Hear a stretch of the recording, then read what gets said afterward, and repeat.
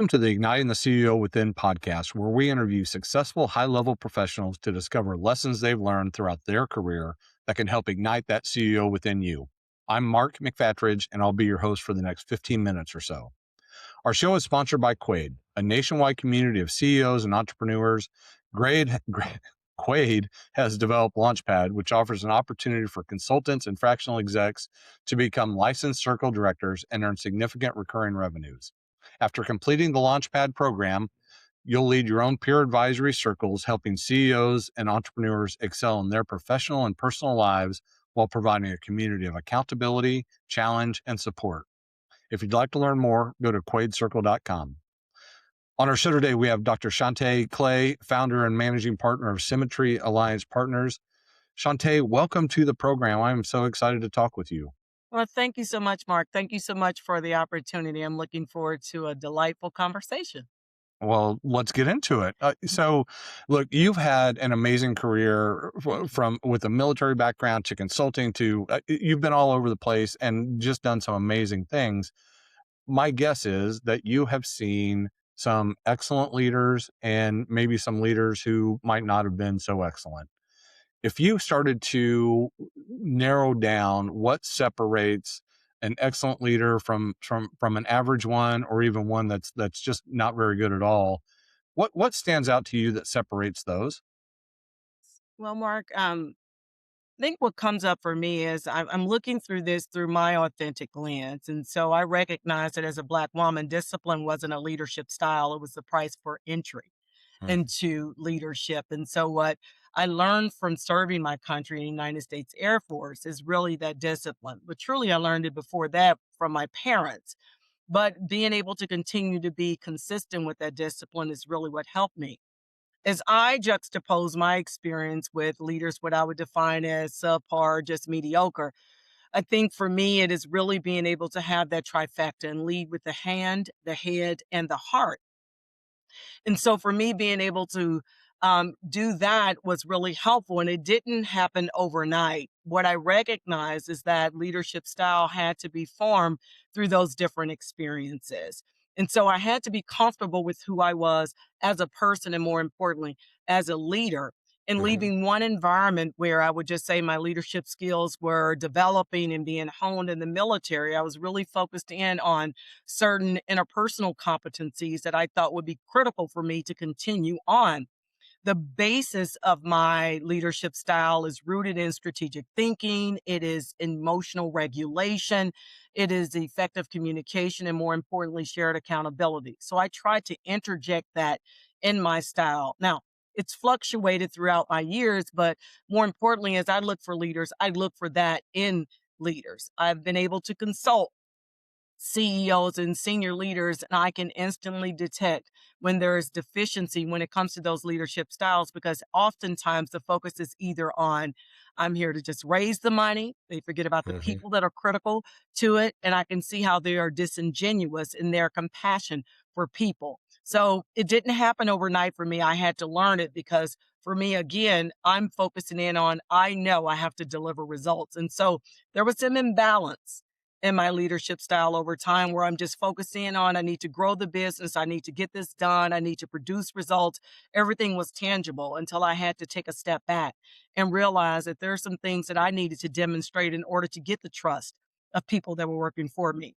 So as I've seen leaders evolve over the years, I think the ones that are true to themselves and truly authentic in terms of being able to say, I need to lead with my hand, my head, and my heart and really be a conscientious leader. I think those are the ones that sustained it. The ones that have not, they're still successful in their own right. And I say that because there's a lot of leaders that are very bold to say, I don't bring emotion. I don't care about you. It's Mhm. just the bottom line. And those people are still there. It just depends on the culture that they're in. But I realize it didn't work for me.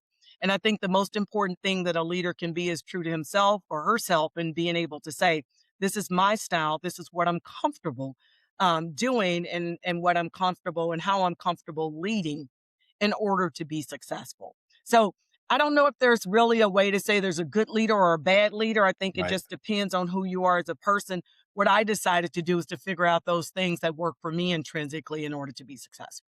Well, I love that, and there's a ton of stuff in there to start to break down. So if you don't mind, let's go back to the hand, the head, and the heart. Break those down and share with me what does that mean? What does the hand, the head, and the heart mean to you? For me, it's just being able to dissect this literally. If the hands is really being able to do the job. If you are, and it doesn't literally have to mean you have to do something hands on, but you need your hands Mhm, in order to execute. So if that is being able to engage, it's speaking, it's writing, it's doing what you need to do, and being able to use your hands effectively in your role. The head also is there. You have to have the business acumen, the thought leadership, the strategic thinking, the conscientiousness to be able to know what you're doing in order for those hands to be able to move.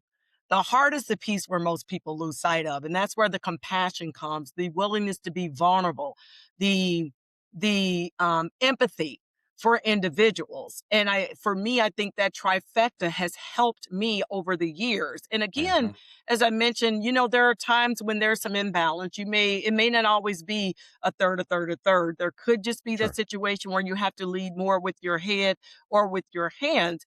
But I think it's important to note that that trifecta is only going to make you be a better leader. So it's worked for me. I'd recommend it for other folk. But I have noticed that when people don't bring the compassion to the role and they can't empathize with others, and people, especially adults, right?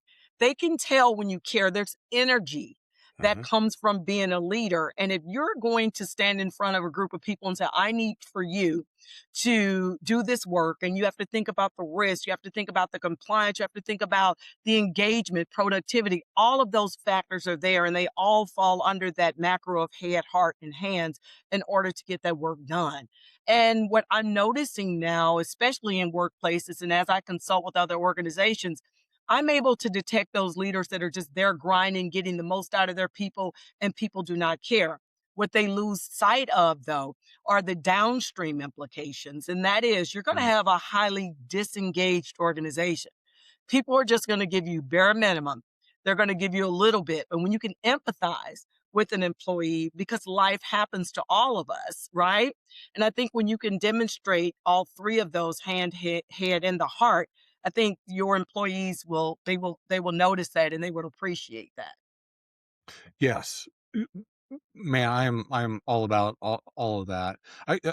Here's a question for you. So as oftentimes people get promoted into leadership roles Mhm. because of their hands, right? Yes. Meaning they have a competency, they're able to do the job. Salespeople, you're an awesome salespeople. Now you're a sales manager. Now you're a whatever, all that kind of stuff. The higher you get in an organization, my from my experience, my thoughts, the I don't want to say the less important the hands are, it changes, right? Like it's not necessarily can you do all of the, cranking of the wrenches and all that kind of stuff. It's having an awareness of the impact of those things. Do you agree with that? Is that like I yeah. absolutely agree, and I think that comes from just the evolution of you moving up or a person moving into ranks. But there's risk, right? And so when you are at, let's say, more of an individual contributor, or if you're at an entry level manager, there is still the need for you to be able to use your Mhm, hands. And you're right, as a person evolves or that trajectory in their career continues to move up, the risk is if you're not aware of and have learned the appropriate leadership behavioral skills, and then what you have is a technician or a tactician who's worked themselves into a leadership role, and their lack of leadership experience is going to be exposed because guess mhm, what? Success came from using your hands, which is great. And so that's why I say it's going to be very important for that individual to be able to self assess and recognize the skills that are needed. And then that person then needs to take the accountability to be able to get those skills. Because let's be honest with ourselves, the higher the level the individual goes to, there's the risk of individuals being afraid of being able to give that leader that real world feedback. A mhm, lot of people gravitate. You see more of the group think at the higher levels. You have those individuals that are CEOs or senior leaders or OC members. People are afraid to be absolutely authentic. The risk then is to the organization, the risk is to the customers and to the clients.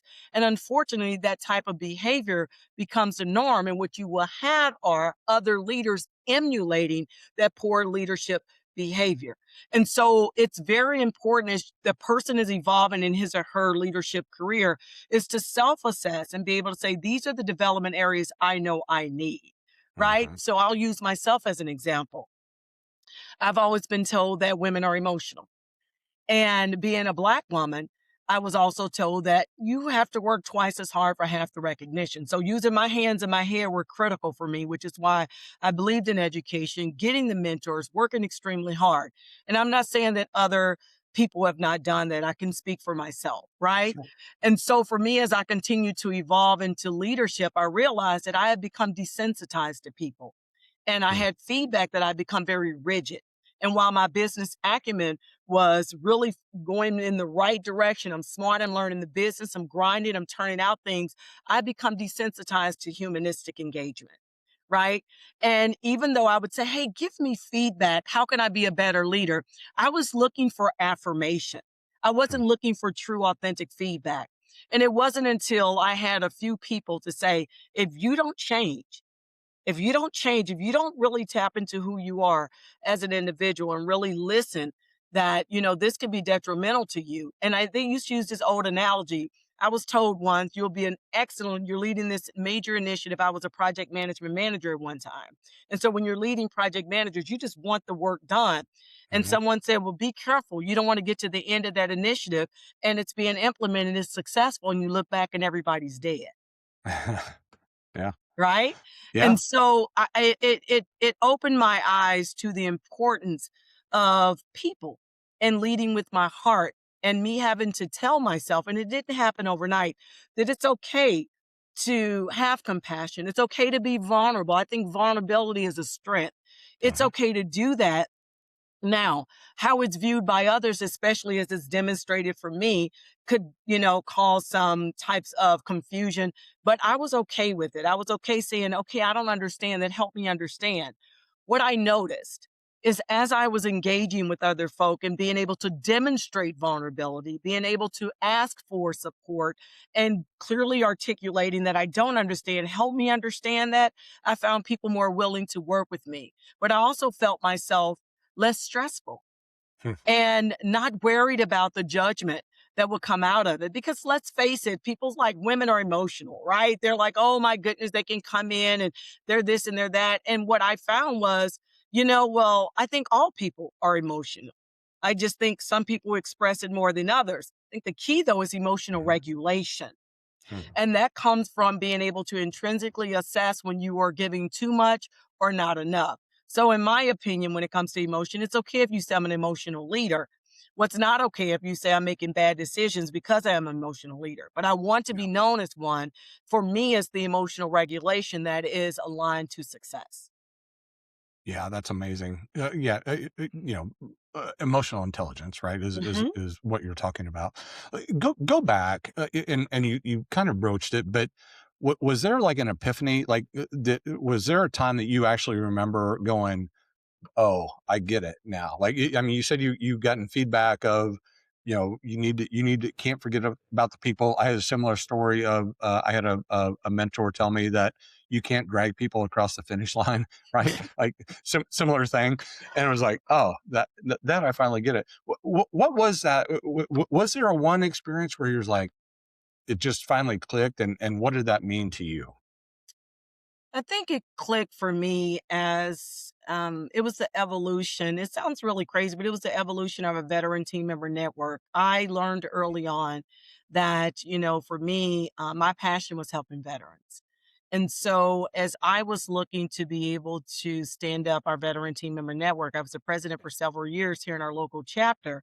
I realized that I was leading or engaging people. This is a volunteer opportunity, right?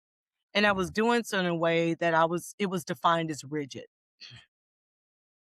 And what came out of that conversation, it was with a couple of guys and fellow, military veterans who Mhm. had served. And they was like, it's okay. We want to grow this, We hear you, we'll follow your lead, because my leadership didn't always come with grace. It came with some scrutiny.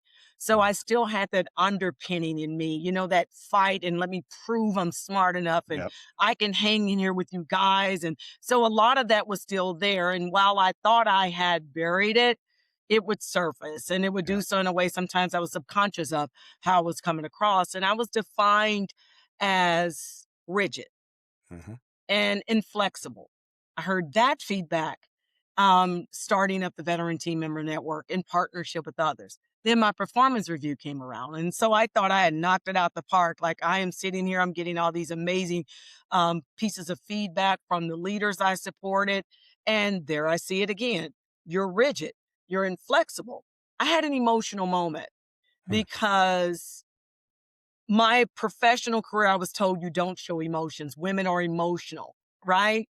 And so Hmm. I thought what I had conquered was this perception that I can lead, right? Without being emotional, because uh, I don't lead to be liked. I lead to be clear. I don't want the ambiguity. I want individuals to understand what I'm asking them to do and what I'm willing to do with them, etc. The realization was how it was being delivered. Mm. And I didn't smile as much. I didn't have that type of personal energy engagement. It was, these are the things that needed to be done, because in my mind, this is the list of things that need to be done. Go do it. And I just had to really focus in on the how and the what, especially the tone. I Mm. received that feedback so many years, I had become desensitized to it. But there is the reality. And my mother and father would always say, especially my mother, you can catch more bees with honey than you can with vinegar. And now I really recognize that saying, because what I Mhm. realized was I was coming across with, I want you to know that these are the things that need to be done. And in my quest and desire to be clear with my ask, I lacked compassion in my voice. The directness was off putting. People would Yep. think that, wow, this person is really rigid or inflexible. And so what I did was challenge myself. I listened to the feedback, because Mhm. feedback can be a gift, and I processed that. Right. And so I will tell you, though, I'll share this little one because I'm so accustomed to hearing it. I would proactively put it in my own annual performance review that I'm remaining cognizant of my tone. So I just save my leader some time with Uh-huh. that one. But it was the realization, though, that it's very important to realize that that's a person I'm talking to, and that my own self-doubt, I'll be honest with you, my own questioning of my leadership has nothing to do with them. And Yeah. so the compassion, the vulnerability, the tone, the level of engagement, I felt like more people were gravitating towards me, and I found myself helping others more. And so the realization came when I started hearing the feedback on a consistent basis in different environments, right? And in each of those, the common denominator was me wanting to deliver and be excellent at what I Mhm. did, but it's just taking this step back and realizing you can still accomplish that successfully without that tone and with more empathy and with more compassion. That that's amazing. Thank you for sharing that. I think the other fascinating thing about a leader's journey, and an excellent leader's journey specifically, is the ability to know when they can use that tone, right? Because there are some people that thrive on getting very direct, very explicit tone, no tone, just, GSD, get the stuff done Yes, mentality. There are others that need, hey, how was your weekend? Oh, by the way, we've got this, right, right. I mean, like that, what I've seen too is those excellent leaders that get there know when they have to be forceful, know when they have to, pat people on the back, and when they have to kick mhm. people in the rear end. So yeah, that had to be another piece of that journey for you. And just really, uh, thank you for sharing those stories. That's great. Well, I appreciate the opportunity, Mark. And as I said, the learning is knowing when to apply it Yeah. and, when it's valuable. And there are several indicators. You have to understand your organization's culture.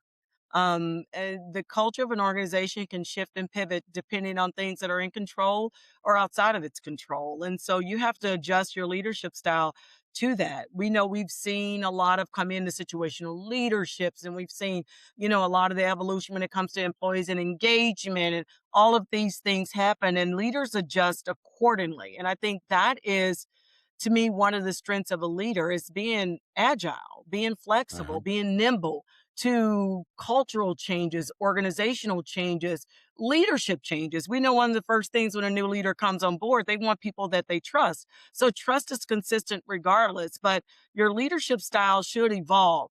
You should not be the same type of leader. While there may be leadership behaviors that you identified early on in your career that you continue need to hone or manage. But at the end of the day, there has to be some agility and flexibility in your leadership style to adjust accordingly. Yeah. Well, and we talked about it kind of before we hit record of 100% unapologetically authentic, right? You have to have a core set of values, but you also have to have the emotional intelligence to know how to portray them, right? I mean, Yes. that's where that comes into place because like I said, everybody's different, and the best leaders can meet people exactly where they are with the right tone and that they need for that moment. And you're dealing with adults. Most in the workplace are. Yeah. And I think that leaders don't realize that these adults are very intelligent individuals. Mhm. And so when you are dealing with adults, it's very important to understand that these individuals have a choice. And as a leader, and I think some of the smartest CEOs that I've worked with, they realize that at the end of the day, you want to produce results, right? You want to make sure that because they're accountable. You're working with the CEO, and many of us, I'm leading my own company, but there's the Yep. accountability that I have to the customers I serve, and there's implications, right? And so even at the highest ranks, there's still accountability, right? To Yep. someone or some person.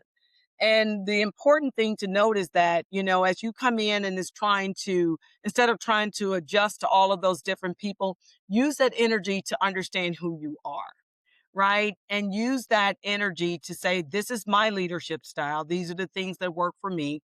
But there could be some, again, flexibility in your style. It could simply be your tone. It could simply Mhm. be how you interact, frequency of interaction. But at the end of the day, when you're dealing with adults, adults want to be respected.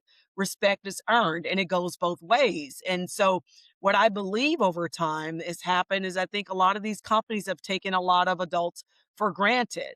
And I think many people have figured it out. And I can guarantee you, because there was this phenomenon that was happening probably a year ago when they call it quiet quitting. That hasn't gone away. It's just not being talked about. Mhm. And that is an implication of organizations not hearing the voice of their people. Because at one point, you had organizations that were doing employee engagement surveys, they had survey boxes, they had things that an employee can say, this is what's working, what's not working. They had suggestion boxes. I'm dating myself. But the employee voice was heard. And I think right now we have a workforce that has this attitude where you have people that are saying, you're lucky you have a job. And a lot of adults will walk around, they're lucky they have a job. So innovation is not happening. True engagement is not happening. Viable, sustainable solutions are not being shared because people are just coming in doing what they need to do. And that leader is trying to survive as well. So it's a unique dynamic as I Yeah. interact and I consult with these different businesses. But at the end of the day, the employees are fully aware when that leader is leading the organization in an effective manner. Yeah. At the end of the Yeah. day, and these are some of your more senior level leaders that I consult with that they are clear with this person does not know where he or she is doing, but I don't want to say anything because I want to keep my job. Yeah. So Yeah. people are conforming.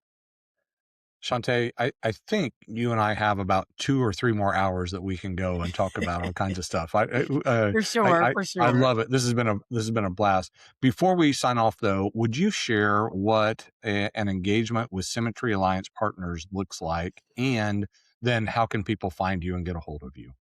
Well, again, as I started, I want to thank you again, Mark. This is an amazing opportunity, and I do appreciate being able to share my experience. Well, Symmetry Alliance Partners is an organization that was designed really to focus in on those small to medium sized businesses, even nonprofits that need dedicated HR support. A couple of key areas of focus that we've gravitated towards is really organizational assessments and organizational effectiveness, helping organizations re-engineer and be very effective in their model, how they're delivering to customers and clients. We've also seen an uptick in the amount of requests that are being brought in, really just to do some of that leadership development. We do a lot of executive coaching, more towards the mid to senior leader levels. And what we're noticing in those coaching engagements is there has been a huge miss with a lot of the leaders being able to self assess and identify and create a true development plan, right? One that is created outside of their organization that affords that person the opportunity to grow. And so I would love to be able to support any organization that has a need. We do offer a free intake assessment. We create the experience where an individual has an opportunity to work with us. I am also of the opinion if an organization has a need and if I can't meet it, I will refer you. So I have a lot of other partners that I work with, but I can be reached at Symmetry Alliance Partners at gmail.com. You can also reach me at 314-574-8151. And we also have a LinkedIn page as well. I love it. Dr. Clay, thank you so much for hanging out today. This has been a blast for me. I really appreciate you. Same here. Thank you so much and enjoy the rest of your work week. Great. Thank you. Thanks, All right, everyone. y'all. We have done it again. We have found another amazing leader. I'm so grateful to get to know Dr. Clay and be able to share her insights and wisdoms and experiences with you all. As a reminder, every episode of Igniting the CEO Within is sponsored by Quaid, a nationwide community of CEOs and entrepreneurs. Quaid has created Launchpad, which provides an opportunity for consultants and fractional executives to become licensed circle directors and earn significant annual recurring revenues. To find out more, visit quaidcircle.com. Until next time, keep igniting that CEO within you. I'm Mark McFatridge. Thanks for listening.